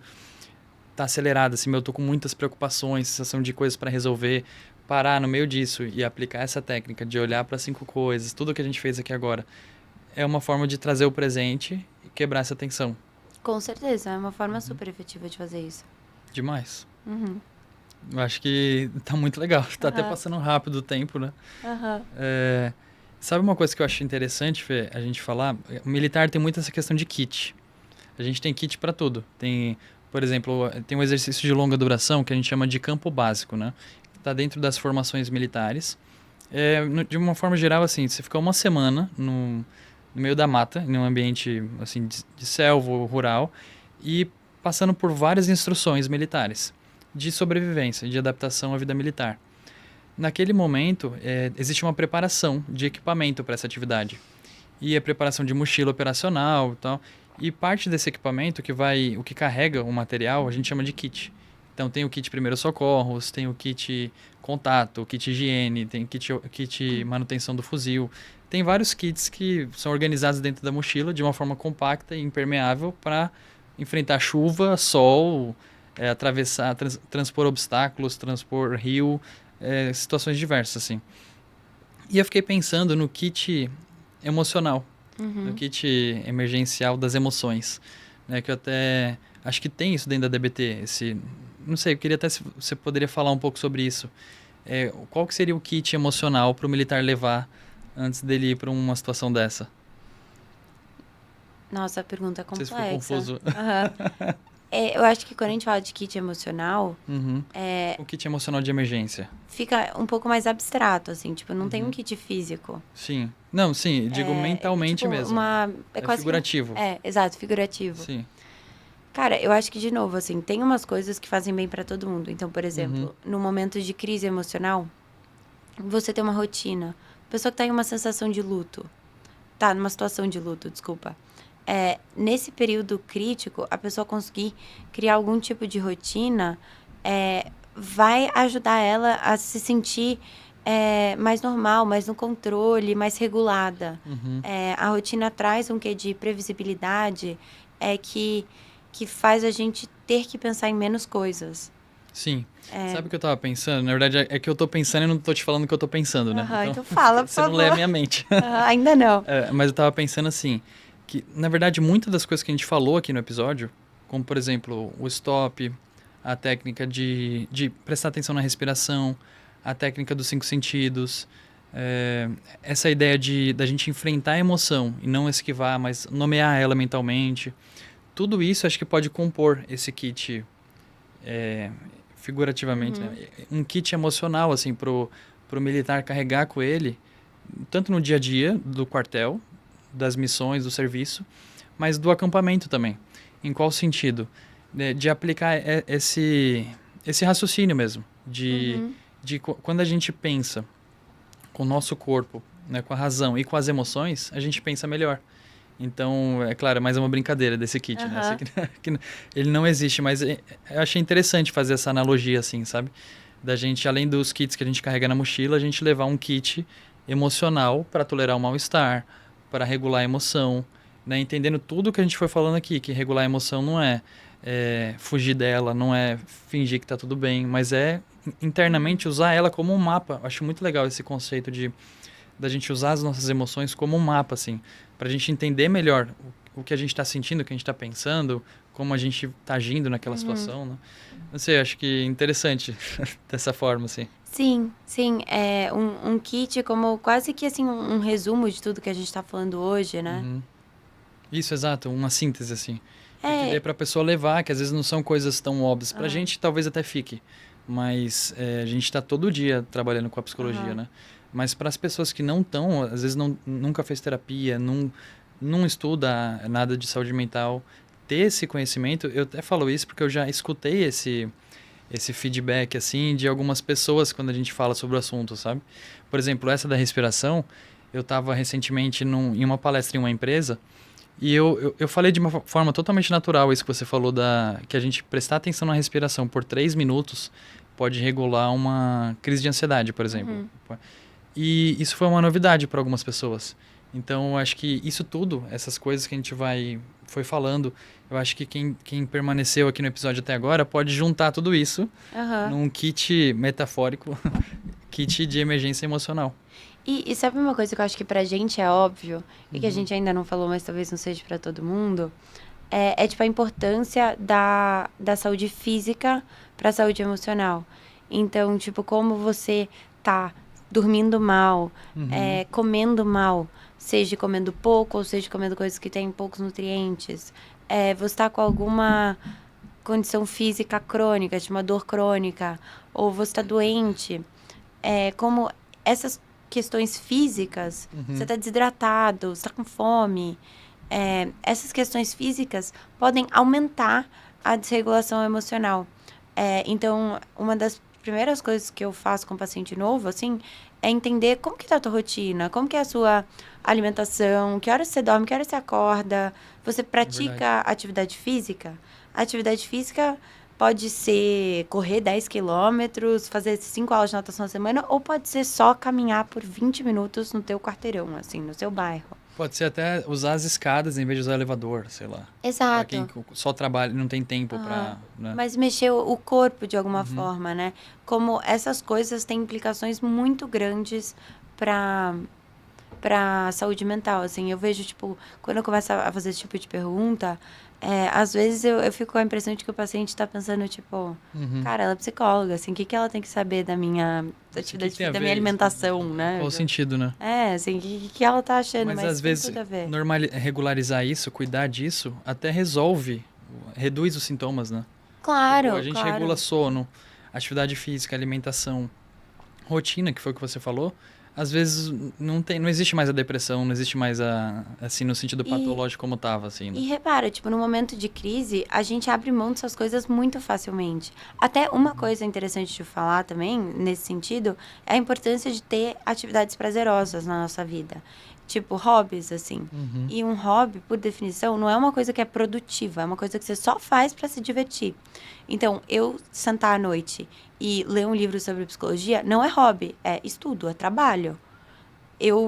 A versão de um hobby, assim, para mim, pessoalmente, é ler um livro tipo de literatura. Então, uma biografia que não tem nada a ver com psicologia, que eu vou ali me distrair, relaxar, ir para outro mundo, sabe? Que dá aquele flow que fala, né? Aquele engajamento, assim. Exato. Você não pensa nada, o tempo até voa, assim. Caramba, passou 1 hora. Isso é saudável, né? É muito saudável e é muito necessário. E numa situação de estresse, a gente abre mão do nosso sono, a gente abre mão da nossa alimentação, a gente abre mão das atividades prazerosas. E aí, isso tudo, tipo, aumenta a desregulação emocional. Pode levar a nossa ansiedade para um nível patológico, pode levar a uma depressão para um nível patológico também. Sabe uma última coisa, assim, que eu acho que eu estava pensando aqui? Até sobre a resiliência, sobre a tolerância ao mal-estar. De forma extrema, eu estou pensando em 2 extremos que vieram aqui na minha cabeça. A pessoa que tem muito baixa tolerância ao mal-estar, acho que dificilmente vai manter relacionamentos, porque relacionamentos tem que lidar com o mal-estar o tempo inteiro, muitas vezes. Em trabalho, autonomia. É difícil você ter autonomia não conseguindo tolerar mal-estar, porque a gente vai ter muito... O mal-estar, ele faz parte da nossa rotina, né? E o outro lado, um extremo da tolerância do mal-estar, quando a gente é muito resiliente ao mal-estar. Eu estava pensando, será que isso também pode ter consequências?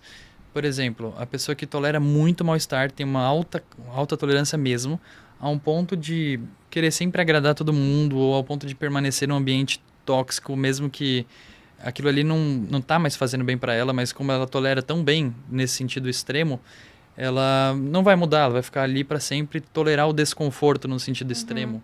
Faz sentido que isso... Faz total sentido. Eu acho que tudo desconecta ao que a gente começou falando, né? Se você tá tolerando o mal-estar demais, na verdade você não tá tolerando o mal-estar, você tá se esquivando das suas emoções, assim. Você não tá se permitindo sentir. E é insustentável.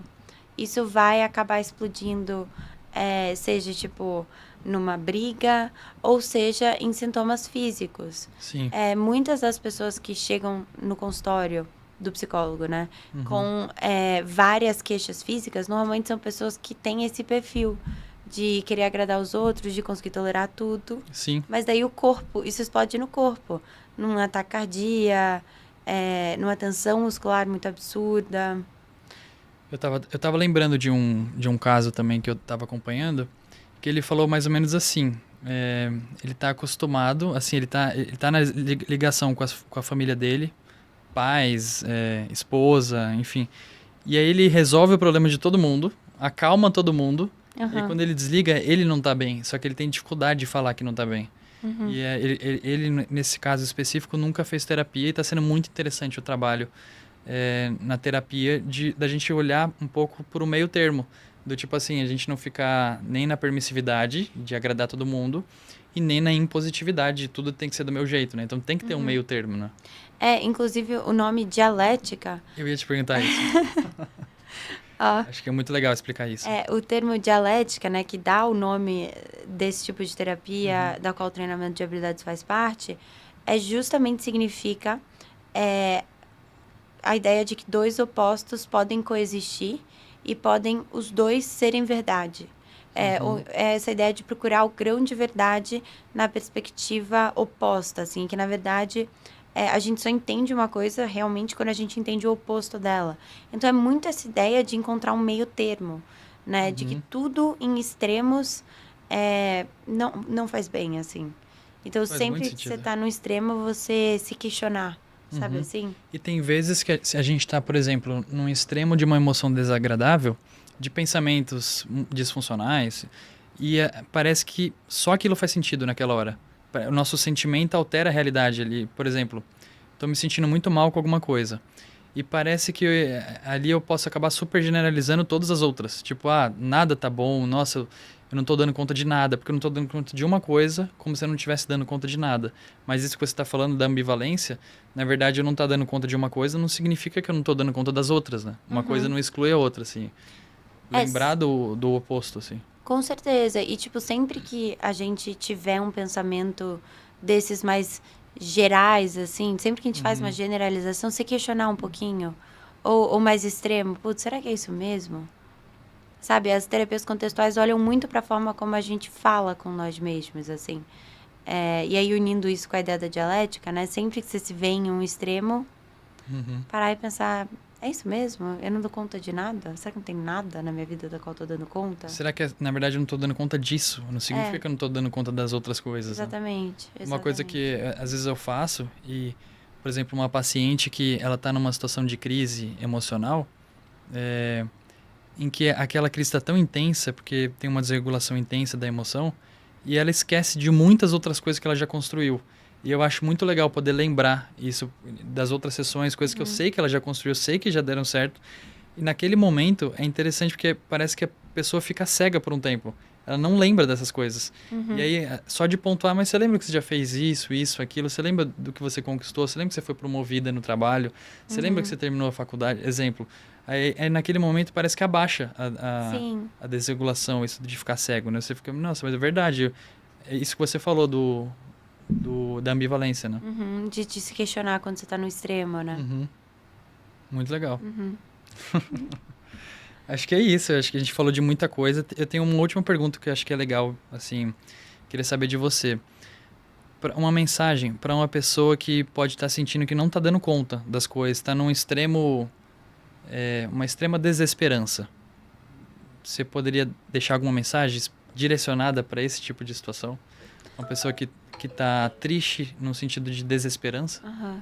Claro, eu acho que é muito importante não ficar sozinho com esse tipo de sentimento. Assim, muitas pessoas têm a crença de que sentir essas emoções ruins e de que pedir ajuda é um sinal de fraqueza, mas na verdade não é.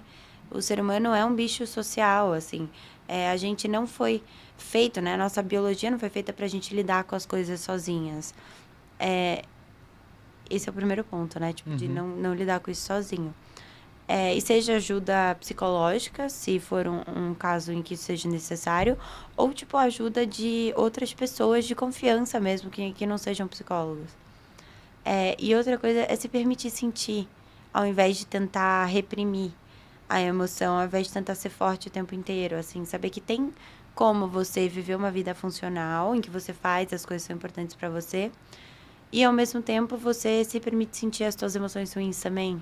Se permite chorar quando sente vontade de chorar, sente raiva quando sente vontade de sentir raiva, ao invés de pensar, né, que sentir essas emoções é um sinal de fraqueza. Lembrar que é uma coisa temporária, né?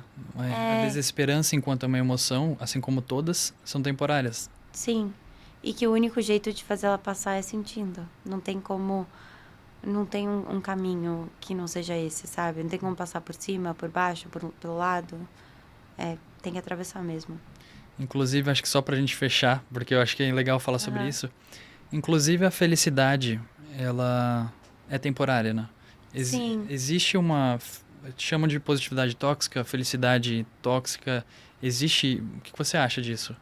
É justamente essa ideia de que pra a gente estar feliz significa a gente não sentir nunca nenhuma emoção ruim. Uhum. E não, assim, o ser humano sente todas as emoções. Todo mundo tem altos e baixos. E não é que você tenha um momento triste, um momento ruim, e daí nesse momento você não tem felicidade. Não, às vezes você tem, tipo, ilhazinhas de felicidade nesse período ruim. E aí, e muitas vezes a gente não se permite sentir, né? É, um exemplo muito bom disso, acho que ilustra isso bem, é quando uma pessoa tá de luto, tipo, perdeu alguém amado, e aí tá num almoço com amigos e a pessoa dá uma gargalhada porque alguém contou uma piada e a pessoa fica se sentindo culpada com É aquilo. uma realidade mesmo. É uma realidade. E não precisa, né? A vida é mais complexa do que isso, né? E de novo volta para essa ideia da dialética, né? De que podem ter momentos bons nos momentos ruins. Da mesma forma como podem ter momentos ruins nos momentos bons, né? Às vezes, quando a gente está num período em que a gente está bem e acontece alguma coisa que faz a gente ficar chateado, a gente entra numa... Quase que fica meio numa profecia, né? De, nossa, aconteceu uma coisa ruim, então agora vai ficar tudo ruim, vai tudo errado. Ou naquele momento que aconteceu um monte de coisa boa, a gente pensa, meu, o que de errado vai acontecer? Porque tá acontecendo tanta coisa boa aqui que vai dar ruim, né? E tudo isso tem a ver também com a orientação para o momento presente, né? Vamos ficar só com agora e deixar ele ser como ele tá, sabendo que vai passar. Demais. Você quer deixar uma mensagem final? A gente chama no exército de bizu. Bizu é tipo uma dica de ouro, assim. Aham, Quando a gente vai a gente vai orientar alguém, a gente fala, ó, vou te dar um bizu. aham. Então, para quem ficou até o final, inclusive agradecer muito, assim, a presença. Uma coisa que deixa a gente muito entusiasmado em trazer esses episódios são os feedbacks que a gente recebe de algumas pessoas que comentam. Então, é muito legal o seu comentário no vídeo. Fica à vontade para entrar em contato também com a Fê. A gente vai deixar a rede social dela na descrição. Né? Entrar em contato comigo se quiser também tirar alguma dúvida, se quiser deixar alguma sugestão. Né? E agora, para você que ficou até o final, você vai receber aqui ó, um bizu da Fê, uma síntese, uma mensagem final do nosso episódio. Sim, não querendo ser repetitiva, mas talvez sendo, eu acho que a mensagem final é se permitir sentir, assim, não tem como fazer uma emoção passar, a não ser que você sinta ela. E para sentir uma emoção, você não precisa parar de ser funcional. Você consegue fazer os dois. Você consegue viver um luto e ainda assim ser mãe e pai de alguém, ainda assim ser amigo de alguém, ainda assim continuar dando conta do seu trabalho, ir na academia. Mas se permitir ficar triste quando você tem que ficar triste. E isso vale para todas as emoções. Então, se permitir sentir raiva quando está com raiva. Se permitir sentir ciúmes, sentir inveja, vergonha, culpa. E felicidade também. Tem gente que não se permite. Então, se permitir sentir todas as emoções, sabendo que elas são transitórias. E que a única forma de fazer elas passar é sentindo. Assim, não tem escapatória, assim. E se permitir sentir tipo, abrir espaço em você para a emoção existir e você fazer aquilo que você precisa fazer. É isso. E até pra gente ser a gente mesmo, né? Porque não sentir é uma forma da gente estar colocando filtros, máscaras, armaduras que só nos distanciam da gente também. Claro, e quando a gente reprime uma coisa, a gente acaba reprimindo muitas coisas. Você quer indicar algum livro, alguma coisa assim, por curiosidade? Sem responsabilidade, assim, cada um que quiser ler. Alguns, vai.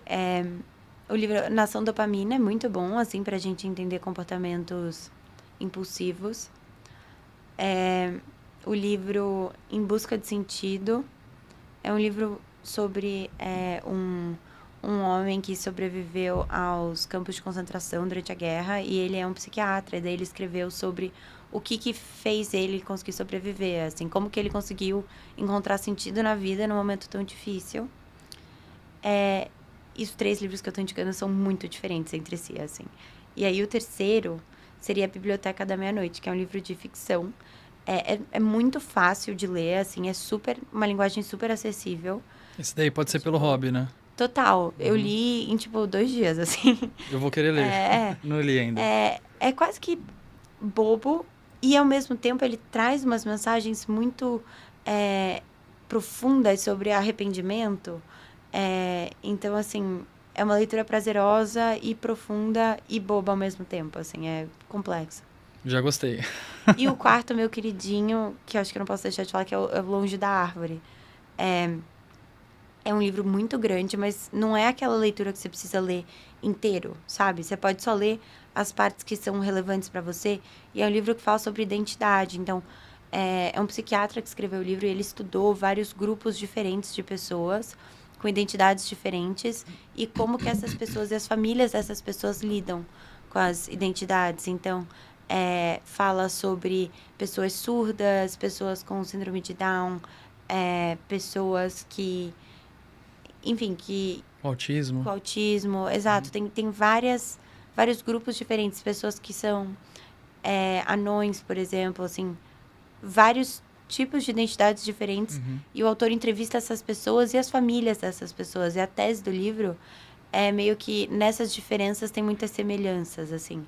Nossa, é muito lindo esse livro. É gigante, mas não precisa ser lido inteiro, assim. Não precisa se intimidar com o tamanho. Sensacional. Fê, muito obrigado. A gente sabe que para você estar aqui, você deixou de atender, de trabalhar, tem toda uma logística por trás. Então, obrigado. Espero que para você tenha sido bom também. E agradecer o pessoal também, o Danilo, a equipe aqui. Ai, foi um prazer, assim. Obrigada, eu adorei. Legal. Então, até o próximo episódio.